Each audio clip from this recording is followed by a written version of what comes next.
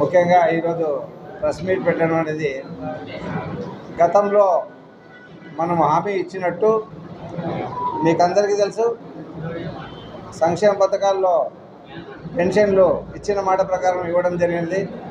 అదేవిధంగా బకాయిలు కూడా 3,000 చేర్చి 7,000 ఇవ్వడం జరిగింది. వికలాంగులకు 6,000 ఇవ్వడం జరిగింది.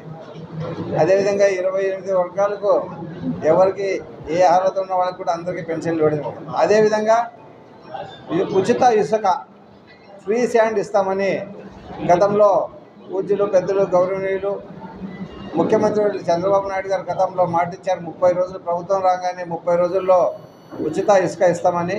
మరి ఈరోజు 20 రోజులు అయింది. 20 రోజుల్లోనే ఉచిత ఇసుక సరఫరా చేస్తున్నామంటే అదే తెలుగుదేశం ఘనత, చంద్రబాబు నాయుడు గారి ఘనత అని కూడా వాగ్దానాలు హామీలు ఏవైతే ఇచ్చామో అవన్నీ కూడా ఒక్కొక్కటిగా చేసుకుంటూ వెళ్తున్నాం. ఈరోజు ఈ ఉచిత ఇసుక వల్ల భవన కార్మికులు కానీ పేదలు కానీ అందరికీ కూడా చాలా ఉపయోగపడుతుంది. సొంత ట్రాక్టర్ ఉన్న తీసుకెళ్తే అక్కడ లోడింగ్ ఛార్జెస్ తప్ప ఇంకా వేరే ఏం అడగరు. మిమ్మల్ని మీరు తీసుకురావచ్చు. ట్రాక్టర్ లేని వాళ్ళు రవాణా ప్లస్ లోడింగ్ ఛార్జ్ రెండిస్తే ఇసుక మీ ఇంటి వద్దకే చేరుతుంది. మరి ఈసారి మీరు ఒకటి ఆలోచించాలి.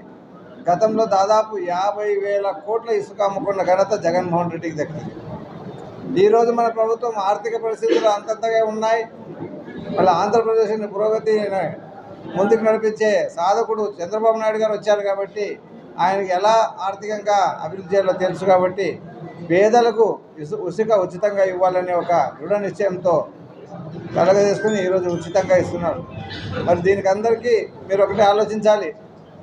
ఆంధ్రప్రదేశ్లో ఆర్థికంగా గతంలో ఎన్నో కోట్ల అప్పు చేసిపోయినా కూడా ఈరోజు ఇసుక కూడా మళ్ళీ ఉచితంగా ఇస్తున్నామంటే అర్థం చేసుకోవాలి. అదేవిధంగా గతంలో ఇసుక బకాసురులు కోట్లు సంపాదించారు. మరి ఈసారి ఎక్కడైతే రీచ్ ఉందో అక్కడికి మీరైనా లేకుంటే ఎవరు అక్కడ లోడింగ్ చేశారు ఆన్లైన్లో అప్లై చేసుకోండి. ఇసుక మీ ఇంటికి వద్ద తెచ్చిస్తారు. వాళ్ళకి ట్రాన్స్పోర్ట్ ఛార్జెస్ లోడింగ్ ఛార్జెస్ ఇవ్వాలి. మీ సొంత వెహికల్ ఉంటే కూడా అక్కడ పోతే ఆన్లైన్లో పెట్టిపోతే మీకు ఇసుక అందుతుంది. మరి ఇలాంటి పరిణామాలు జరుగుతున్నాయి. అదేవిధంగా ఇంకా కొంతమంది గత ప్రభుత్వంలో ఉన్నట్టు ప్యాకాట ఆడించడం, ప్యాకాట చేయడం, భీము సబ్సిడీ భీము అంటే పేదలకు ఇచ్చే భీముని రవాణా చేయడం, ఇవన్నీ పట్టుకోవడాలు ఇవన్నీ కూడా జరుగుతున్నాయి. కానీ చట్టం తన పని తను చేసుకొని పోతుంది. చట్టం ఎవరికి చుట్టాలు కాదు. పాలసీ మార్చుకున్నారు. మీరు కూడా పాలసీ ప్రభుత్వం మారింది కాబట్టి మీ అలవాట్లు కూడా మార్చుకోవాలని మిమ్మల్ని అందరినీ కోరుతున్నా. ఎవరైతే ఆ పని చేస్తున్నారో వాళ్ళని.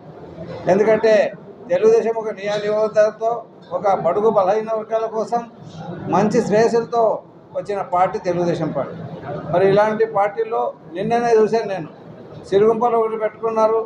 మళ్ళీ రాత్రి ఇక్కడ దేవరగట్లో కూడా ఒక లారీ పట్టుకున్నారు. ఇవన్నీ కూడా మానుకోవాలని అలాంటి వాళ్ళకి నేను సూచనగా చెప్తున్నా.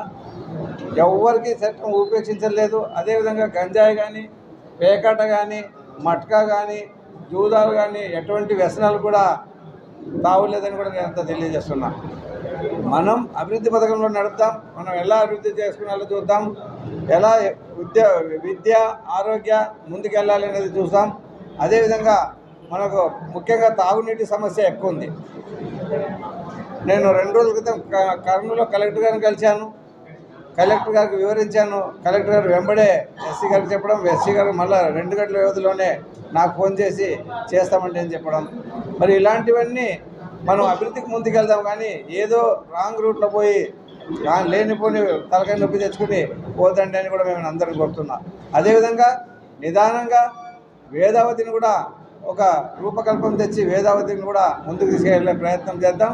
మరి దీనికి అంతటికీ కార్యకర్తలు నాయకులు సహకారం ఉండాలని కూడా కోరుతున్నాం.